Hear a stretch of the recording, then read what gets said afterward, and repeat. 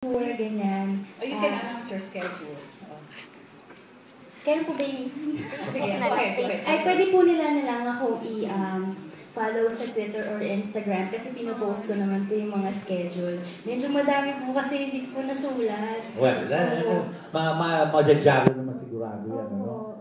Now, sa Sunday All-Star, anong preparation? Sunday All-Stars na po, exciting pa rin dito, Jerv. Every Sunday, syempre, marami po yung mga pinagahanda ang mga magandang production natin. Yun lang ang dapat, di ba? Yes, opo. George, ang maganda sa album niya, there's one particular song na I think special to you aside from Johnny, of course. Kasi ito yung wedding gift sa kanila ni Brian McKnight. Wow. Nakasama dyan sa album. Parang naging posible yun si Brian wala naman dito sa Pilipinas. Oo nga po, nakakatawa nga po yung kwento namin kasi hindi naman po kami talaga magkakilala ni Brian McKnight. Parang a few years back, before po ako ikasal, nag-tweet po si Brian McKnight, sabi niya, I have a new favorite female vocalist. Tapos sabi niya, her name is Kyla. Hindi ko po siya pinapollow. Tapos siguro ba yung mga followers ko, sinabi nila ako. Tapos niya po, sinalo niya ako. Tapos sinalo ko na din siya. Tapos nag-direct message ako sa kanya. Pero siya talaga yun. Siya po talaga kasi nung nag-concert po siya dito last 2 years ago, nagkausap po kami. Tapos nag-guest po ako sa concert niya sa Alena. Kaya naman pala Imagine Brian McKnight. Binigyan siya ng composition para masama sa album. Kuya Jam, it's a very rare opportunity para sa isang artist. Okay, tinatawagan ko ng pansin yung ating mga mamibili ng mga albums, ano po? Huwag yung kalimutan dahil isa sa Kyla, may pagmamalaki natin. Katulad ng sinabi ko, proud ako dahil isa siya sa mga produkto ng Dance Entertainment.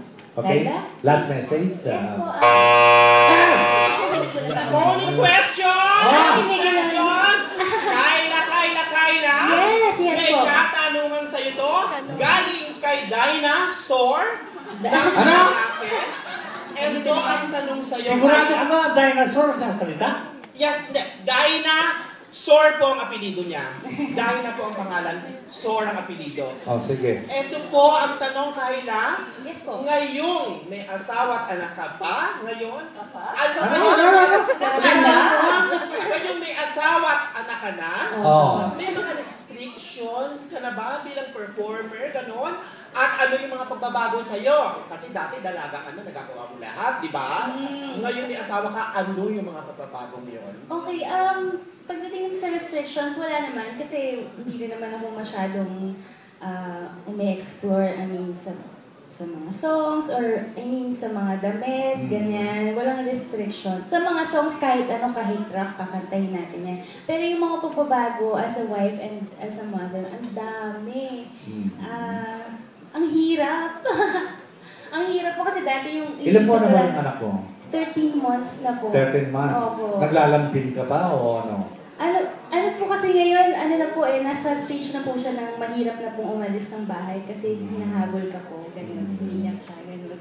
Mahirap po kasi, very independent kami yung family namin, parang US style kami. Okay, sanayin mo na yung nagtatanong na yun, yung magsalita ngayon, sanayin mo nang maging katulong mo para sa ganun, pag wala ka, siya maiwan sa bahay mo. Kuya Charles, one question na gusto kong ihabol.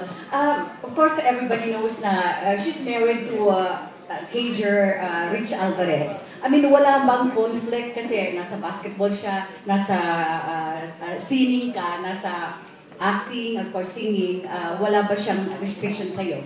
Connection dun sa tanong sa'yo? Wala naman po, si Rich naman kasi very supportive kahit nga sa outfit, hindi na pinagbabawalan ng shorts or may iba mga sobrang conservative. Siya po, he supports me kahit saan. And para sa akin, perfect combination yung nasa basketball siya, tapos nasa singing industry ako. Kasi yung anak namin, may expose sa magkaibang... Si Toby. Opo, ayun. Pag nagpa-practice po siya, pag nasa work naman ako, sinasama po ni Rich yung anak namin sa Basketball. practice nila. Opo. Well, at least proven naman mahal na mahal siya ng kanyang mister. Hindi katulad ng iba, sa madaling panahon, nandiyan ang mga problema, nandiyan naman dumaanto pa sa hiwalayan, huwag naman sana mangyari. Isumbong mo sa akin pag meron ng problema. Hindi, syempre po may mga problema, pero syempre napag-uusapan tsaka napagdadasal.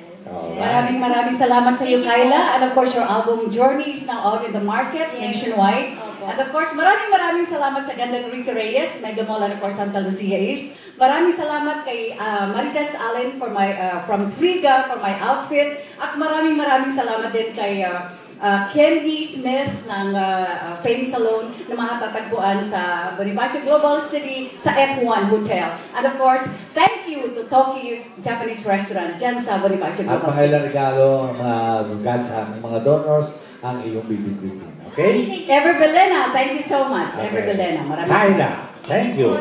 We'll be right back. Well, narito muna ang isang magandang awitin naman sa Ever Mangula sa isa sa mga anak-anakang po rin sa Walang Tulugan, walang iba kundi si The Prince of All Shows, Jake Vargas.